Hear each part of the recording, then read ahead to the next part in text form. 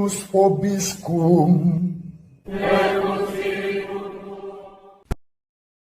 Sahabat peradaban kasih ekologis yang terkasih, selamat berjumpa dalam Renungan Harian bersama saya Romo Alois Budi Purnomo PR melalui channel ini.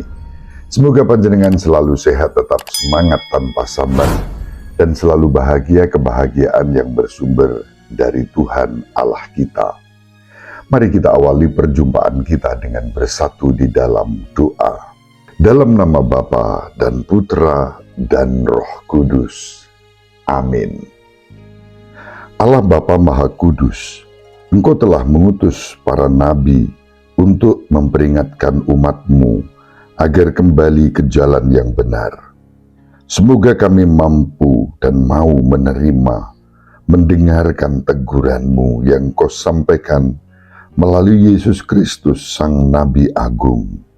Sebab Dialah yang hidup dan berkuasa bersama Dikau dalam persatuan Roh Kudus, Allah yang Maha Esa sepanjang segala masa. Amin. Dalam nama Bapa dan Putra dan Roh Kudus. Amin. Sahabat peradaban kasih ekologis yang terkasih, mari kita baca Injil Matius bab 13 ayat 54-58. Pada suatu hari Yesus kembali ke tempat asalnya. Di sana ia mengajar orang di rumah ibadat mereka. Orang-orang takjub dan berkata, "Dari mana diperolehnya hikmat itu? Bukankah dia itu anak tukang kayu? Bukankah ibunya bernama Maria dan saudara-saudaranya Yakobus, Yusuf, Simon, dan Yudas? Dari mana diperolehnya semua itu?" Lalu mereka kecewa dan menolak Dia. Maka Yesus berkata kepada mereka, "Seorang nabi dihormati di mana-mana kecuali di tempat asalnya sendiri dan di rumahnya." Karena ketidakpercayaan mereka itu, maka Yesus tidak mengerjakan banyak mujizat di situ. Demikianlah sabda Tuhan. Terpujilah Kristus.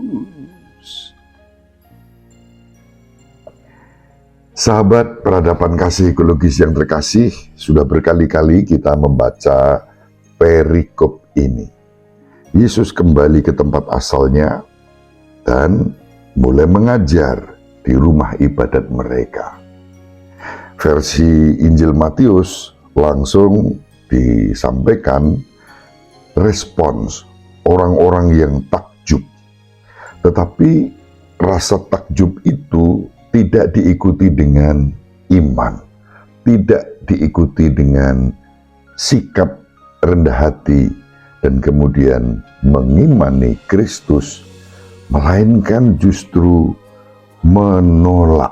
Bahkan penolakan itu disertai dengan kekecewaan. Mengapa? Karena mereka merasa diri mengenal Yesus. Siapa Yesus? Keluarganya. Karena sudah merasa mengenal Yesus, lalu mendengar dan mengetahui bahwa Yesus membuat banyak mujizat, mereka bertanya, dari mana diperolehnya hikmat itu?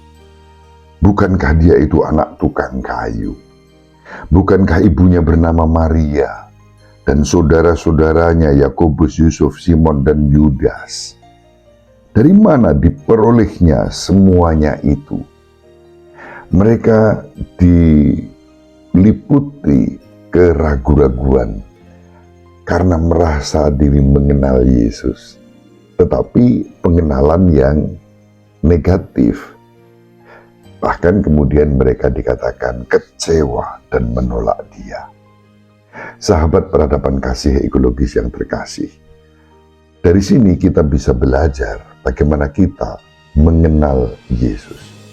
Apakah kita mengenal Yesus dengan keseluruhannya, atau kita memandang Yesus dengan cara yang negatif?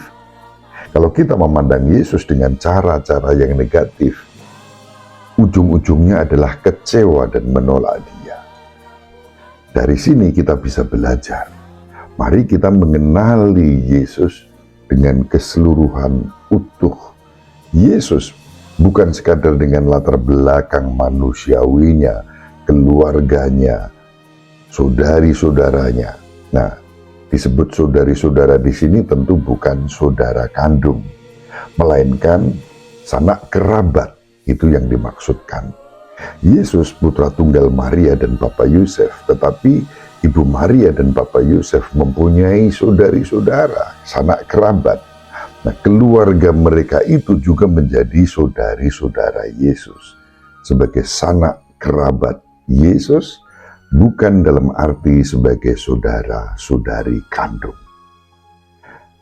Dengan latar belakang itu, Allah telah bekerja.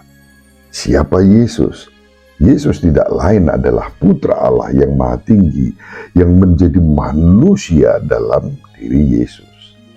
Kemanusiaan putra Allah yang maha tinggi itu dihayati dalam Yesus, nama yang diberikan untuk putra Allah yang menjelma menjadi manusia. Ketika kita mengenali Yesus sebagai putra Allah yang maha tinggi, yang menjadi manusia, maka seluruh kemanusiaan Yesus itu memiliki daya ilahi. Yesus sungguh Allah, sungguh manusia.